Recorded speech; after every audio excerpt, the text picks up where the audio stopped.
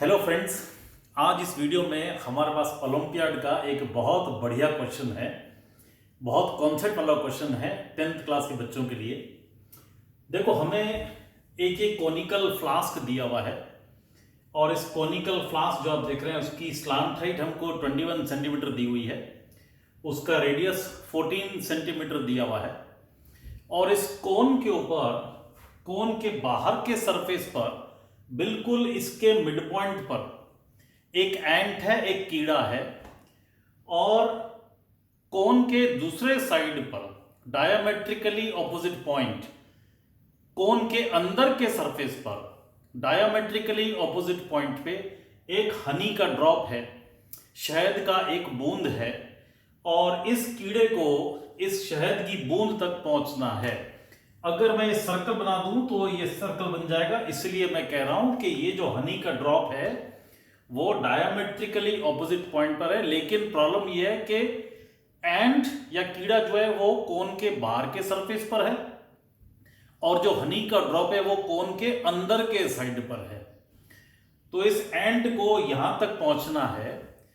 हमसे ये पूछा गया है कि मिनिमम डिस्टेंस इस एंट को, इस कीड़े को कितना चलना पड़ेगा उस हनी के ड्रॉप तक पहुंचने के लिए। मिनिमम डिस्टेंस कितना चलना पड़ेगा, ये बात हो रही है। तो बच्चों, इस सम पे जाने से पहले, इस सम को सॉल्व करने के लिए जो मैं टेक्निक अडॉप्ट करने वाला हूं, वो टेक्निक मैं क्यों कर रहा हूं, इसका आपको समझ में आना चाहिए कि वो टेक्निक मैंने क्यों अडॉप्ट की, क्यों एम्प्लॉय की। तो इस सम पर जाने से पहले मैं आपके लिए एक बहुत ही मिलता जुलता सम करूंगा, आप उसको देखिए, फिर आपको समझ में आएगा कि इस सम को करने के लिए मैंने जो भी किया वो क्यों किया। क्योंकि मैं सम तो कर दूंगा आपके लिए, लेकिन आपको पता चलना चाहिए मैंने ऐसा क्यों किया, फलाना फलाना स्टेप्स मैंने क्यों किए, ये आपको क्लियर होना चाहिए। आपको कॉन्सेप्ट समझ में आना चाहिए कि हमने कोई भी स्टेप्स किए तो उसके पीछे हमारा थॉट क्या था। तो इससे मिलता जुलता क्वेश्चन इस तरह से है, मतलब कॉन्सेप्ट सेम है। देखो बच्चों, एक क्यूबिकल रूम है मेरे पास, एक क्यूबिकल रूम है मेरे पास जिसकी लेंथ सपोजिंग 10 सेंटीमीटर है। तो ये मैंने एक रफली एक क्यूब बना दिया आपके लिए। इसकी जो लेंथ है वो सपोजिंग 10 सेंटीमीटर है। एक इंसेक्ट है जो यहां से, सपोजिंग मैंने नाम दे दिया ABCD और ये EF G और H। मान लीजिए ये कमरा है मेरे पास, ये कमरा है मेरे पास, सपोजिंग मीटर का लिया, 10 मीटर हाइट लेंथ ब्रेथ का एक रूम मेरे पास है। ये उसका फ्लोर है और ये साइड में उसकी 4 वॉल्स हैं और ये उसकी छत है, सीलिंग है। मैं आपसे कह रहा हूं कि एक इंसेक्ट है मेरे पास A पॉइंट पर, उसको सामने वाली वॉल के इस पॉइंट पे पहुंचना है, छत में इस कोने पर पहुंचना है, G पॉइंट पर। ये जो इंसेक्ट है वो उड़ नहीं सकता, सिर्फ क्रॉल कर सकता है, जमीन पे चल सकता है, दीवार पे चिपक के चल सकता है, उड़ नहीं सकता है। तो इसको कौन से पाथ से जाना चाहिए, कौन से रास्ते से जाना चाहिए ताकि उसको A से G तक पहुंचना हो, तो मिनिमम डिस्टेंस कितना चलना पड़ेगा। अब नेचुरली मैक्सिमम बच्चे सोचेंगे कि पहले मैं A से C पर चला जाऊंगा डायगोनली और फिर C से G पर चले जाएंगे स्ट्रेट, ये हमारा शॉर्टेस्ट डिस्टेंस होगा। ये मैक्सिमम बच्चों का आंसर हो सकता है। लेकिन अगर ऐसा हुआ तो आपको समझ में आ रहा है कि ये भी 10 है मेरे पास, ये भी 10 है, ये भी 10 हो जाएगा। तो ये जो डायगोनल आएगी, ये डायगोनल मेरे पास 10√2 हो जाएगी पाइथागोरस थ्योरम से, 10 स्क्वायर प्लस 10 स्क्वायर। तो ये 10√2 हो गया और ये 10 हो गया, तो टोटल डिस्टेंस ट्रेवल्ड हो जाएगा 10√2 प्लस 10, ये डिस्टेंस आ जाएगा। ये आप में से मैक्सिमम बच्चों का आंसर हो सकता है, लेकिन मैं कह रहा हूं ये आंसर रॉन्ग है। इंसेक्ट को इस रास्ते से नहीं जाना है मिनिमम डिस्टेंस कवर करने के लिए। तो मिनिमम डिस्टेंस के लिए उसको कैसे जाना होगा, देखिए आपको क्या करना है। ये 3D प्रॉब्लम है, 3 डायमेंशन का प्रॉब्लम है, क्यूब का प्रॉब्लम है। आप क्या करिए, ये जो दीवार आपको दिख रही है BCGF, सामने की जो दीवार है उसको आप खोल दीजिए, नीचे गिरा दीजिए दीवार को। मतलब चीज ऐसे हो गई कि ये आपका इस तरह से है, देखो ABCD, ये मेरा फ्लोर था ABCD, ध्यान से देखिएगा। और अब मैं क्या करूं, इस दीवार को गिरा देता हूं तो ये मेरे पास ऐसे आ जाएगा, ये चीज ऐसे हो गई। तो ABC, C के साथ G, मतलब यहां पर G पॉइंट आ जाएगा और यहां पर F पॉइंट आ जाए, तो B के साथ F, C के साथ G, मतलब ये दीवार को मैंने ऐसे गिरा दिया, जमीन पे ले आया मैं सामने, मैंने ऐसा कर दिया। अब मैंने आपसे कहा था कि इंसर्ट A पॉइंट पर है, उसको G पॉइंट पे पहुंचना है। आपने कहा था पहले वो A से C पर जाएगा, फिर C से G पर जाएगा, मतलब आप कह रहे थे वो ऐसे जाएगा और फिर ऐसे जाएगा, ये आपने रास्ता बताया था पहले मुझे। आपको नहीं लगता कि अगर वो डायरेक्टली ऐसे चला जाए तो ये शॉर्टेस्ट डिस्टेंस होगा? क्योंकि ये तो ट्राइंगल बन गया ना, इस ट्राइंगल में ये थर्ड साइड है, थर्ड साइड का सम नेचुरली बाकी दोनों के सम से तो छोटा ही होगा। तो इंसेट को A से C, C से G पे नहीं जाना चाहिए, उसे क्या करना होगा, डायरेक्टली ऐसे जाना होगा ताकि वो BC के मिड पॉइंट से क्रॉस होता हुआ सीधा G पर पहुंचे। मींस मेरा जो इंसेक्ट है वो पहले यहां पर आएगा, BC के मिड पॉइंट पर यहां आएगा और फिर यहां से सीधा हो जाएगा, तब उसका डिस्टेंस शॉर्टेस्ट होगा। और आप इसको निकाल के देख भी सकते हैं, ये मेरे पास 10 हो गया, ये मेरे पास 5 हो गया, ये मेरे पास 10 है, ये मेरे पास 5 है। आप ये लाइन निकाल के देख लीजिए, ये 10 है, ये 10 है, तो ये 10 हो गया, ये भी 10 हो गया, ये डायगोनल हो गई। तो 20 का स्क्वायर प्लस 10 का स्क्वायर, मेरा जो AG डिस्टेंस आएगा वो हो जाएगा 20 का स्क्वायर 400 प्लस 10 का स्क्वायर 100। इसको आप निकाल के देख लीजिए, ये इससे कम आएगा। वैसे भी हमको दिखाई दे रहा है कि ये जो डिस्टेंस है वो AC प्लस EG से कम होगा। तो आपको समझ में आ रहा है कि देखो, हम जो सोच रहे थे कि सम इतना इजी है कि अगर मुझे G पर पहुंचना है तो पहले मैं डायगोनली चला जाऊं फ्लोर पे A से C, फिर मैं C से G पर डायरेक्टली चढ़ जाऊं। ऐसा नहीं हुआ। हमने जब इस दीवार को नीचे गिरा दिया तो ये प्रॉब्लम 3D के बदले 2D में कन्वर्ट हो गया, बिकॉज अब ये प्लेन हो गया। और जैसे ये प्लेन बन गया, 3D से 2D में कन्वर्ट हुआ, 3 डायमेंशन से 2 डायमेंशन में कन्वर्ट हुआ। हमको समझ में आ गया कि इंसेक्ट को कौन सा रास्ता लेना चाहिए, स्ट्रेट रास्ता लेना चाहिए। इसलिए आपको समझना होगा कि जब भी 3 डायमेंशन की प्रॉब्लम हो और आपको एक पॉइंट से दूसरे पॉइंट पे जाना हो, तो आपको थोड़ा सोचना होगा कि हम किस तरह से जा सकते हैं। जो 3D में दिखाई देता है वो एक्चुअली होता नहीं है, आंसर कुछ और होता है, ये बात। तो होप आपको समझ में आ गया होगा कि जब एक पॉइंट से दूसरे पॉइंट पे जाना है हमें, तो 3D ऑब्जेक्ट को अगर मैं 2D में कन्वर्ट कर दूंगा, 2 डायमेंशन में, तो प्रॉब्लम मेरे लिए बहुत इजी हो जाएगी और मुझे करेक्ट आंसर मिलेगा। अब ये जो मुझे क्वेश्चन दिया हुआ है, यहां पर जैसे मुझे बताया गया है कैसे कोनिकल फ्लास्क है, ये फ्लास्क दिया हुआ है इतना पोर्शन, यहां पर मेरे पास बाहर एंड है, हनी का ड्रॉप अंदर है, इस तरह से अंदर की तरफ है, एंड बाहर आप देख रहे हैं। ये रेडियस मेरे पास 14 सेंटीमीटर है और ये स्लांट हाइट मेरे पास 21 सेंटीमीटर है। एंड को हनी ड्रॉप तक पहुंचना है तो हम क्या करें, कैसे लेके जाएं? तो मैंने आपको क्या बताया, 3D कोन जो है वो 3 डायमेंशन स्ट्रक्चर है, इसको आप 2 डायमेंशन में कन्वर्ट कर दीजिए। अब ये बात समझाने के लिए मैं आपके लिए कोन बना के लाया हूं, अगर आपको दिख रहा हो तो ये बच्चों देखो, आपको पता है कोन में मेरे पास, अगर आपको दिख रहा हो तो ये कोन है मेरे पास। और मैं ऐसा सोच लेता हूं कि यहां पर बाहर की तरफ एंड है, इस तरफ, जैसे यहां पे इस तरफ दिखाया हुआ है, मैंने एंड को यहां ले लिया बाहर की तरफ, और हनी का ड्रॉप अंदर की तरफ है, ऐसा मान लेते हैं, यहां पर है। तो एंड यहां पर है बाहर की तरफ, ये कोन है मेरा, आपको दिख रहा होगा, और हनी का ड्रॉप मैंने अंदर मान लिया। बिल्कुल ये जो स्टैंडर्ड दिख रही है, इसके मिड पॉइंट पे यहाँ पे अंदर हनी का ड्रॉप है, और इसके मिड पॉइंट पे यहाँ पे मेरे पास एंड है बाहर की तरफ, ये बात है। अब एंड को चल के हनी के ड्रॉप तक पहुंचना है, अंदर पहुंचना है, क्योंकि हनी का ड्रॉप अंदर है, तो पहले उसको बाहर से चल के यहां पर आना पड़ेगा, फिर अंदर जाएगा, फिर वो हनी के ड्रॉप तक जाएगा। यानी वो ऐसे चल के जाए, कैसे भी चल के जाए, उसको ये सर्कमफ्रेंस को क्रॉस करना ही पड़ेगा, ये बात हो रही है। क्योंकि वो खुद बाहर है, कीड़ा बाहर है, हनी का ड्रॉप अंदर है, तो पहले उसको उतर के यहां से अंदर जाना पड़ेगा, फिर वो हनी ड्रॉप के पास जाएगा। यानी ये जो सर्कमफ्रेंस दिख रहा है आपको, इस बाउंड्री को उसको क्रॉस करके जाना है, ये क्लियर बात है।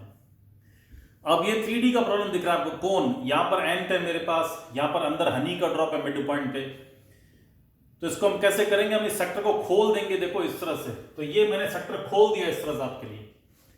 आपको पता है कोन सेक्टर से बनता है, तो पहले मैं देखूंगा कि जब मैं इस कोन को खोलूंगा, जैसे मैंने खोला इस कोन को, ये कोन था मेरे पास, मैंने इसे खोल दिया, तो ये जो एंगल है मेरे पास, ये एंगल कितना बन रहा है, इसको देखते हैं। तो आपको पता है कि मान लीजिए मैंने जब इसको खोला कोन को, तो ये आपका सेक्टर बन गया, मान लीजिए ये थीटा हो गया, ये स्लांटाइड मेरी 21 सेंटीमीटर की। और आपको समझ में आ रहा है बच्चों कि जो नीचे जो सर्कल दिख रहा है उसका रेडियस मुझे 14 दिया है, तो ये जो पूरी लेंथ है, ये जो पूरी लेंथ है वो कितनी हो जाएगी, 2 पाई सर्कमफ्रेंस सर्कल। और ये खुल करके पूरी ये लेंथ बन जाएगी 2 पाई, है ना। देखो पहले ऐसे सर्कल है यहाँ पे, ये सर्कल है यहाँ पे, ये जो 2 पाई है मेरे पास, इसको जब मैंने खोल दिया तो ये 2 पाई इतनी लेंथ बन गई, ये लेंथ ऑफ आर्क बन गई 2 पाई। तो ये जो लेंथ मुझे दिख रही है, और अच्छा बना दूं, ये लेंथ जो मेरे पास होगी वो 2 पाई इंटू कितनी होगी, 14, ये बात होगी, क्योंकि रेडियस मेरे पास 14 है, सर्कल का सर्कमफ्रेंस 2 पाई होता है, ये 2 पाई इस सेक्टर की इस आर्क में कन्वर्ट हो जाएगी। और ये आपको स्लांटेड दिख रही है जो मैंने दिखाई, ये 21 सेंटीमीटर। ये इस तरह से आप देखिए, ये स्लांटेड है, इसको खोल देंगे तो ये सेक्टर की क्या बन गई, रेडियस बन गई 14 सेंटीमीटर। ये एंगल कितना है वो निकाल लेते हैं। आपको पता है कि लेंथ ऑफ आर्क क्या होती है, pi r theta upon 180 equal to pi r theta upon 180 है, आपको पता है। तो लेंथ ऑफ आर्क मेरे पास 2 पाई इंटू 14 है, 2 pi into 14 length of arc. ये हो गई मेरे पास पाई इंटू रेडियस, मतलब ये चीज 21 इंटू थीटा अपॉन 180। तो पाई और पाई कैंसिल हो गया, 2 इंटू 14 इंटू 180, ये 180 ऊपर आ जाएगा, 21 नीचे चला गया, ये हो गया थीटा मेरे पास। तो 7 2 जा 7 3 जा 3 1 जा 360 जा, तो 4 इंटू 60 थीटा मेरे पास कितना आ गया, 240 डिग्री। यानी मेरा जो कोण है उसका जो एंगल है वो 240 डिग्री है, ये बात हुई। तो मुझे मालूम चल गया कि मेरा जो कोण है उसका सेंट्रल एंगल 240 डिग्री है। अब आगे बढ़ते हैं, देखिए चलिए। तो अब मुझे मालूम चल गया कि मेरा जो कोण है उसका सेंट्रल एंगल 240 डिग्री है, तो मुझे ऐसे बनाना पड़ेगा। तो ये एंगल मुझे 240 डिग्री नजर आएगा, ये बात है। ये मेरा रेडियस हो गया जो कि स्लांटाइड थी 21 सेंटीमीटर, आपको मालूम है। और अब आपको समझना होगा कि जब हमने खोल दिया था तो एंड कहां पे है और हनी ड्रॉप कहां पे है। देखो एंड यहां पे था हमारे पास बाहर, यहां जो फिगर हमने बना रखी थी वो कुछ इस तरह से थी, ये फिगर ऐसे थी, यहां पर एंड था बाहर हमारे पास और हनी का ड्रॉप अंदर था इस तरह से। तो आप सोचिए कि एंड यहां पर है बाहर और हनी का ड्रॉप अंदर है यहाँ पे। अब जब मैं सेक्टर को खोलूंगा, ध्यान दीजिए, एंड यहां पर है बाहर, हनी का ड्रॉप इसके बिल्कुल मिड पॉइंट पे यहां पर है। अब जब मैं इसको खोल देता हूं, देखिए एंड यहां पर है और हनी का ड्रॉप यहां पे, इसको खोल देता हूं, देखिए इस तरह से ऐसे खोल दिया तो एंड यहां पर दिखाई देगा और हनी का ड्रॉप यहां बीच में दिखाई पड़ेगा। एक बार फिर से देख लीजिए, इसको मैंने खोला, देखो इस तरह से एंड यहां पर था, खोल देंगे तो एंड मुझे यहां दिखाई पड़ेगा इस पॉइंट पर। और जब मैंने बंद कर रखा था, हनी का ड्रॉप यहां था बिल्कुल बीच में ऑपोजिट साइड पे, खोल देंगे तो हनी का ड्रॉप मुझे यहां दिखाई देगा। तो इसका मतलब यह है कि आपका एंड यहां पर है बाहर और हनी का ड्रॉप बिल्कुल बीच में यहां पर है, ये मेरा हनी का ड्रॉप है ना। देखिए ऐसे खोल दिया इसको मैंने, तो हनी का ड्रॉप मुझे यहां दिखाई पड़ेगा, एंड यहां दिखाई पड़ेगा। अब इस एंड को हनी के ड्रॉप तक पहुंचना है, आपको बताया गया था सर्कमफ्रेंस को क्रॉस करके जाएगा, तो वो ऐसे जाएगा डायरेक्टली यहां से, ऐसे जाएगा, ऐसे जाएगा, कैसे जाएगा ये हमको सोचना है। तो जैसे मैंने इस 3D प्रॉब्लम को 2D में कन्वर्ट कर दिया आपके लिए, अब खाली देखना ये कि जो एंड है वो यहां से जब यहां पहुंचता है, बाउंड्री क्रॉस करके मतलब पीछे की तरफ चला जाएगा, तो ऐसे जाएगा, फिर पीछे ऐसे जाएगा, या ऐसे जाएगा, या इस तरह से जाएगा, हमको ये सोचना है। अब बच्चों ये एक्चुअली ना पूरा एक सर्कल है आपके लिए। अब एक फॉर्मेट्स लीस्ट टाइम प्रिंसिपल है लाइट के लिए। तो फॉर्मेट नाम के साइंटिस्ट ने हमको ये बताया था कि जब लाइट को एक पॉइंट से दूसरे पॉइंट पे जाना होता है आफ्टर रिफ्लेक्शन या आफ्टर रिफ्रैक्शन, तो वो ऐसे पाथ से जाती है जो डिस्टेंस क्या हो, मिनिमम हो, ताकि उससे टाइम भी लीस्ट लगे। Fermat's least time principle. तो लाइट एक पॉइंट से दूसरे पॉइंट पे जब जाती है रिफ्लेक्शन के बाद या रिफ्रैक्शन के बाद, तो वो ऐसा पाथ चूज करती है जो पाथ लीस्ट हो, क्योंकि फिर टाइम भी उसे लीस्ट लगना चाहिए। तो लीस्ट टाइम प्रिंसिपल से लीस्ट डिस्टेंस हमको मिलता है लाइट का। और उसी के बेस पे हम प्रूव करते हैं angle of incidence equal to angle of reflection या स्नेल्स लॉ फॉर रिफ्रैक्शन, वो इस लॉ से प्रूव होते हैं मैथमेटिकली। तो angle of incidence equal to angle of reflection और रिफ्रैक्शन का n1 sin theta 1 equal to n2 sin theta 2, ये दोनों लॉज हमको फॉर्मेट्स लीस्ट टाइम प्रिंसिपल से मिलते हैं। तो लाइट एक पॉइंट से दूसरे पॉइंट पे जाएगी तो वो ऐसे रास्ते से जाएगी जिसका लेंथ शॉर्टेस्ट हो। तो आप मान लीजिए कि ये मेरा एक मिरर है, कॉन्केव मिरर है, ये कॉन्केव मिरर मान लीजिए जिसका ये सेंटर ऑफ कर्वेचर है, बिकॉज इसको पूरा सर्कल मान लेंगे तो ये सेंटर ऑफ कर्वेचर बन जाएगा। अब मैंने जैसे बताया कि एंड को यहां से यहां पहुंचना है, तो आप ऐसा मान लीजिए लाइट जा रही है टकरा के फिर इस तरफ जा रही है, ये बात हुई। अब इस डिस्टेंस को क्या करना पड़ेगा, मिनिमम करना पड़ेगा। और ये मिनिमम करने के लिए हमको पता है angle of incidence should be equal to angle of reflection, तभी लॉ ऑफ रिफ्लेक्शन ओबे होगा, तभी Fermat's least time principle applicable होगा। तो मान लिया कि मैंने एंड ने कोई भी रास्ता ले लिया, ये ए पॉइंट है, ये एच पॉइंट है और ये पी पॉइंट कोई भी ले लिया उसने सर्कमफ्रेंस के ऊपर, एंड कहीं से भी चल के जा रहा है ऐसा मान लिया। हमें यह तो पता है कि उसे लाइट का प्रिंसिपल फॉलो करना पड़ेगा, angle of incidence should B angle of reflection, ये मुझे मालूम है। तभी उसका डिस्टेंस क्या काउंट होगा, मिनिमम होगा, यहां से यहां तक पहुंचने का डिस्टेंस मिनिमम होगा, वरना नहीं होगा। अब देख लेते हैं कि अगर इस रास्ते से वो जा रहा है, पी पॉइंट कहीं भी ले लिया, ये मेरा सेंटर ऑफ स्फीयर है या सेंटर ऑफ सर्कल है, तो ये मेरा सेंटर ऑफ कर्वेचर बनेगा, ये मेरी नॉर्मल हो जाएगी मिरर के लिए, तो ये एंगल ऑफ इंसिडेंस होगा और ये एंगल ऑफ रिफ्लेक्शन होगा, ये दोनों सेम होने चाहिए, तभी AP प्लस PH मिनिमम होगा according to Fermat's least time principle. ये कॉन्सेप्ट इस सम में। तो देख लेते हैं कि इस सरफेस पर, इस पेरिफेरी पर एंड अगर किसी भी पॉइंट से टर्न लेने की कोशिश करेगा सर्कल से, तो क्या वो लीस्ट टाइम पे जाएगा कि नहीं जाएगा, लीस्ट डिस्टेंस फॉलो करेगा कि नहीं, वो P पॉइंट कहां होना चाहिए, ये हमको ढूंढना है कि एंड को कौन से पॉइंट पे जाना पड़ेगा सर्कमफ्रेंस पे, और फिर बाहर की तरफ जाए वो हनी ड्रॉप को लेने के लिए, या खुद अगर बाहर है हनी के ड्रॉप तक पहुंचना है अंदर की तरफ, तो वो सर्कमफ्रेंस, ये जो आपका सर्कमफ्रेंस दिख रहा है आपको, मैंने आपको बताया था ये एंड है यहां पर, उसको यहां तक पहुंचना है, तो वो यहां से लेकर के कौन से पॉइंट से अंदर की तरफ जाएगा, यहां से जाकर के यहां से चला जाएगा, यहां से जाएगा, कौन से पॉइंट से टर्न लेगा अंदर जाने के लिए, ये हमको सोचना है। तो P पॉइंट मैंने बाउंड्री पे कहीं भी बना लिया सर्कमफ्रेंस के ऊपर। अब मुझे चेक करना है कि दोनों इक्वल है, अगर ये दोनों इक्वल हैं तो एंड जो है वो लाइट के रास्ते से जा रही है, तो फिर वो डिस्टेंस मिनिमम होगा, उसके लिए ये दोनों इक्वल होने चाहिए। Let us check. देखो भाई, ये स्लांट हाइट थी मेरी कोन की, ये स्लांट हाइट थी, और एंड और हनी ड्रॉप दोनों मिड पॉइंट पे हैं, दैट मींस ये डिस्टेंस, ये डिस्टेंस, ये डिस्टेंस, ये डिस्टेंस इक्वल है। इसका मतलब ये हुआ कि ये जो साइड है, इसको अगर मैं पॉइंट O बोल दूं, तो OA, और अगर मैं इस ट्रायंगल की बात कर रहा हूं, ये ट्रायंगल ले लेते हैं और ये ट्रायंगल ले लेते हैं, इन दोनों ट्रायंगल्स को ध्यान से देखिए, ये साइड मेरे पास 21/2 हो जाएगी और ये भी 21/2 है, क्योंकि हनी ड्रॉप और एंड दोनों स्लांट हाइट के मिड पॉइंट पे हैं, तो ये साइड और ये साइड इक्वल हो गए। इस ट्रायंगल में और इस ट्रायंगल में, ये ऊपर का ट्रायंगल और नीचे का ट्रायंगल, ये साइड कॉमन है। अब इन दोनों ट्रायंगल्स में हमें सिर्फ ये दो चीजें पता चली कि ये साइड इसके इक्वल है और ये साइड कॉमन है, बाकी तीसरी साइड के बारे में कोई जानकारी नहीं है, और ना ही इनके एंगल्स के बारे में जानकारी है, कौन सा एंगल इक्वल है कौन सा अनइक्वल है। इसलिए केवल दो साइड्स इक्वल हो तो मैं ये नहीं कह सकता कि ट्रायंगल्स कॉन्ग्रुएंट है या ट्रायंगल्स सिमिलर है।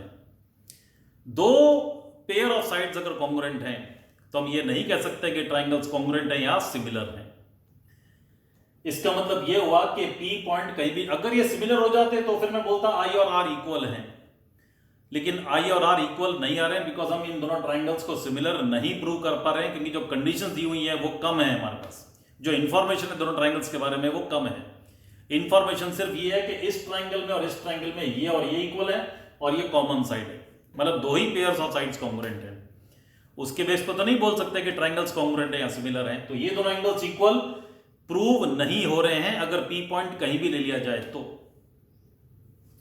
ओके, इसका मतलब ये हुआ कि P पॉइंट को कहीं ना कहीं एक स्पेसिफिक पॉइंट पर ही होना पड़ेगा ताकि angle of incidence angle of reflection equal हो जाए। अब देखो क्या है, आपको पता है ये पूरा एंगल 240 डिग्री है, तो ये जो आधा एंगल है ये कितना होगा 120 डिग्री, ठीक है ना, ये 120 और ये भी 120, ऐसा हो जाएगा। अगर मैं P पॉइंट को बिल्कुल बीच में ले लेता हूं, ये जो पॉइंट है ये सपोजिंग M हो गया मेरे पास और ये N हो गया, तो ये जो MN आर्क दिख रही है इसके बिल्कुल बीच में ले लिया मैंने, और ये फिर मेरा क्या हो जाएगा, नॉर्मल हो जाएगी। मैं कहता हूं एंड को पहले P पर जाना चाहिए और P से फिर यहां पर H पे आना चाहिए। मैंने ऐसे सोचा, तो P पर मैंने बिल्कुल बीच में लिया, तो ये जो 120 का एंगल है बिल्कुल आधा आधा हो जाएगा, ये एंगल 60 हो जाएगा और ये एंगल 60 हो जाएगा। ये बात हो गई, बिकॉज P बिल्कुल इस MN आर्क के मैंने बीच में लिया है, तो बिकॉज ये मिड पॉइंट पे इस आर्क के, तो ये जो एंगल पूरा 120 का आधा आधा हो जाएगा, 60 हो जाएगा। अब ये और ये इक्वल है, ये कॉमन साइड है और ये एंगल इक्वल है, तो साइड एंगल साइड से दोनों ट्रायंगल्स क्या हो गए, कॉन्ग्रुएंट हो गए। तो ये हो जाएगा फिर एंगल ऑफ इंसिडेंस और ये एंगल ऑफ रिफ्लेक्शन, अब दोनों इक्वल हो गए। इसका मतलब यह हुआ कि P पॉइंट को बिल्कुल MN आर्क के बीच में होना पड़ेगा, तभी हम इन दोनों ट्रायंगल्स को कॉन्ग्रुएंट प्रूव कर पाएंगे या सिमिलर प्रूव कर पाएंगे, और तब ये एंगल और ये एंगल इक्वल होगा। तब हम कहेंगे angle of incidence is equal to angle of reflection. अब ये लाइट के पाथ पे जा रहा है according to Fermat's least time principle, and therefore distance covered will be least. ये बात है, तो इसका मतलब ये हुआ कि ये एंगल 60 होगा, ये एंगल 60 होगा, और कीड़े का जो पाथ होगा, एंट का जो पाथ होगा वो AP प्लस PH होगा। आपको समझ में आ रहा है कि जितना AP है उतना PH है, बिकॉज दोनों ट्रायंगल्स क्या है, इक्वल है, कॉन्ग्रुएंट है। अगर मुझे AP या PH की लेंथ मिल गई तो मैं डबल कर दूंगा, मुझे total length, least distance covered by the ant पता चल जाएगा। अब ये डिस्टेंस निकालने के लिए बच्चों आपको एक फॉर्मूला पता होना चाहिए, एक ट्रिग्नोमेट्री का फॉर्मूला है। मेरे पास कोई भी ट्रायंगल दिया हो ABC, तो उसमें ये एंगल अगर थीटा है, ये साइड लेंथ A है, ये साइड लेंथ B है और ये साइड लेंथ C है, तो cos A या cos थीटा का फॉर्मूला होता है, इसको हम कोसाइन रूल बोलते हैं। जो बच्चे ओलंपियाड की तैयारी कर रहे हैं उनको ये फॉर्मूले पता होने चाहिए। cos A होता है B² plus C² minus A² upon 2BC, ये फॉर्मूला है। तो cos ऑफ A, इसका cos this square plus this square minus opposite का square upon 2BC, adjacent sides के प्रोडक्ट नीचे आएगा 2BC। इसका मैं cos निकाल रहा हूं, तो एडजेसेंट साइड जो है थीटा के, उनका सम ऑफ स्क्वायर्स करने का, ऑपोजिट साइड का स्क्वायर माइनस करने का, अपॉन 2 टाइम्स एडजेसेंट साइड्स का प्रोडक्ट। ये है कोसाइन रूल हमारे लिए ट्रायंगल में। अब अगर मैं ये ट्रायंगल देखता हूं OAP, देखिए मैं ट्रायंगल देख रहा हूं OAP, तो मैं, ये मेरा O हुआ, ये A हो गया, ये P हो गया। मुझे मालूम है कि ये एंगल 60 डिग्री है, ये एंगल 60 डिग्री है। मुझे AP निकालना है, ये सपोजिंग X हो गया। मुझे पता है ये 21 का आधा है, 21/2, ये मेरे पास 21 है, स्लांट राइट पूरी, ये रेडियस और रेडियस 21 है। तो मैं पे cos 60 लगा देता हूं, तो cos 60 हो जाएगा एडजेसेंट साइड्स का स्क्वायर 21/2 का स्क्वायर प्लस 21 का square minus x² upon 2 times 21/2 into 21, ये हो गया। अब ये हाफ होता है cos 60, तो हाफ हो गया 441/4 प्लस 441 माइनस x² अपॉन, ये 2 और 2 कैंसिल हो गया, 441, इतना आ गया। इसको यहां ले जाते हैं, देखो, तो 441/2 will be 441/4 plus 441 minus x²। सबको 4 से मल्टीप्लाई कर लीजिए, तो ये हो गया 441 into 2 is equal to 441 plus 441 into 4 minus 4x²।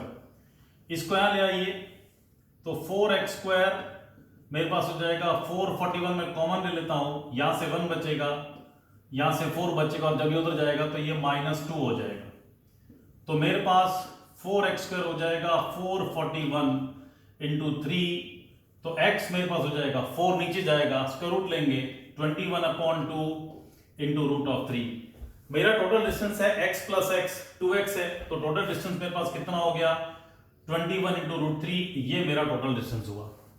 इस तरह से एंड को टोटल डिस्टेंस 21/3 ट्रेवल करना पड़ेगा। इस तरह से हमने काम किया इस वीडियो में।